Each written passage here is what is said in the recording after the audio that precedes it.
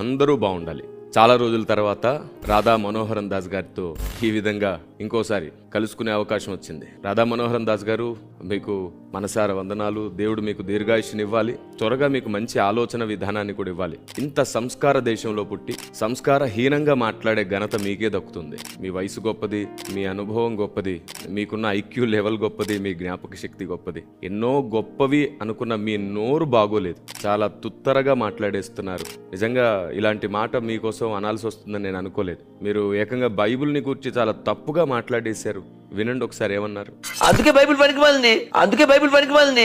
అవును, ఏది పనికి మాలింది ఏది కాదు ఎలా తెలుస్తుంది? నిరూపించబడ్డ తర్వాతే కదా. ఎలాంటి నిరూపణ లేకుండా ఆరోపణలు మాత్రమే పట్టుకొని ఇది తప్పు అది తప్పు అని చెప్పి నోరు జారడం, నిందలు మోపడం భారతదేశ సాంప్రదాయానికి పద్ధతికి విరుద్ధమే కదా. మరో ఖచ్చితమైన మాట చెప్తాను రాధా మనోహరన్ దాస్ గారు,